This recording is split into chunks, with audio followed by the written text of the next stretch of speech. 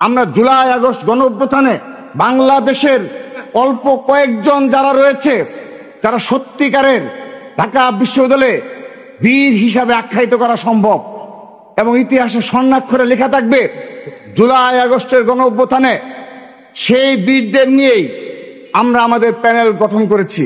আমরা ছাত্র দলের আমাদের এই ডাকসুর প্যানেল মনোনীত করেছি। আমরা আমাদের ছাত্রদল কেন্দ্রীয় সংসদ এবং ঢাকা বিশ্ববিদ্যালয় ছাত্র দলের নেতৃবৃন্দ ঐক্যবদ্ধভাবে পুরোপুরি গণতান্ত্রিক প্রক্রিয়ায় অভ্যন্তরীণ ভোটের মাধ্যমে আমরা আমাদের সবচেয়ে জনপ্রিয় ত্যাগী এবং ছাত্র সমাজের প্রত্যাশা অনুযায়ী আমরা আমাদের এই ডাকসু প্যানেল ঘোষণা করেছি। সম্মানিত উপস্থিতি, আপনারা লক্ষ্য করে দেখবেন এই আবিদ, হামিম, মায়ের আমরা শুধুমাত্র ছাত্র সমাজের মাঝে জনপ্রিয়তা কিংবা ছাত্র সমাজের অধিকার বাস্তবায়নে তাদের বিগত সময়ে ত্যাগ তিতিক্ষা লড়াই সংগ্রামকে শুধু বিবেচনা করিনি। আমরা জুলাই আগস্ট গণ অভ্যুত্থানে বাংলাদেশের অল্প কয়েকজন যারা রয়েছে, যারা সত্যিকারের ঢাকা বিশ্ববিদ্যালয়ে বীর হিসাবে আখ্যায়িত করা সম্ভব এবং ইতিহাসে স্বর্ণাক্ষরে লেখা থাকবে জুলাই আগস্টের গণ অভ্যুত্থানে সেই বীরদের নিয়েই আমরা আমাদের প্যানেল গঠন করেছি।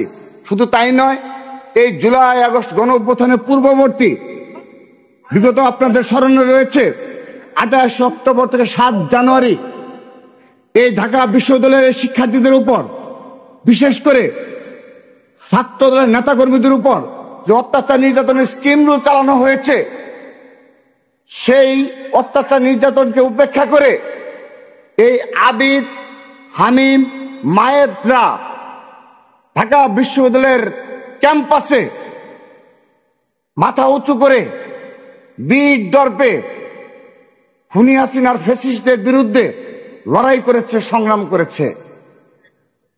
এই আবিদ আর হামিম আমাদের দীর্ঘদিনের পরীক্ষিত নেতৃত্ব এবং ছাত্র সমাজের মাঝে খুবই জনপ্রিয়। আমরা আমাদের এই প্যানেল নির্বাচিত করেছি। সেই সাথে আমরা যদি প্যানেল নিয়ে বলি, আমরা একটি ইনক্লুসিভ প্যানেল আমরা করতে সমর্থ হয়েছি। এখানে আমাদের ক্ষুদ্র নিগোষ্ঠীকে আমরা মূল্যায়ন করার চেষ্টা করেছি এবং ক্রীড়াবিদকে আমরা নিয়ে এসেছি আমাদের এই প্যানেলে এবং নারীদের অগ্রাধিকার দিয়েছি। কিন্তু হয়তোবা অনেক ডাকসু প্যানেলে নারীদের হয়তো সংখ্যায় বেশি, কিন্তু ছাত্রদল এই 5টি মেয়েদের হলে সবগুলো হলে আমরা আমাদের প্যানেল দিয়েছি।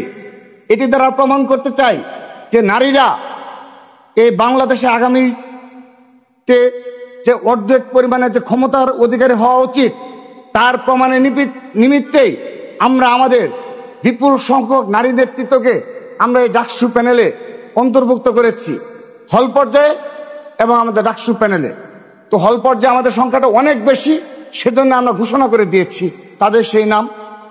এবং সেই সাথে আরেকটি বিষয় বলছি, ফিজিক্যালি চ্যালেঞ্জ যারা রয়েছে তাদেরকে আমরা ডাকসু প্যানেলে এবং হল সংসদেও আমরা মনোনয়ন দিয়েছি।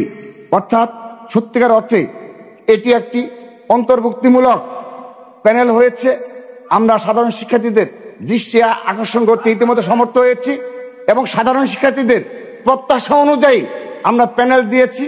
আমরা বিশ্বাস করি আমাদের এই আবিদ, হামিম, মায়েদ পরিষদকে সাধারণ শিক্ষার্থীরা সত্যিকারের অর্থেই মন থেকে মেনে নিয়েছে এবং তারা নীরবে ভোটদানের মাধ্যমে এই আবিদ, হামিম প্যানেল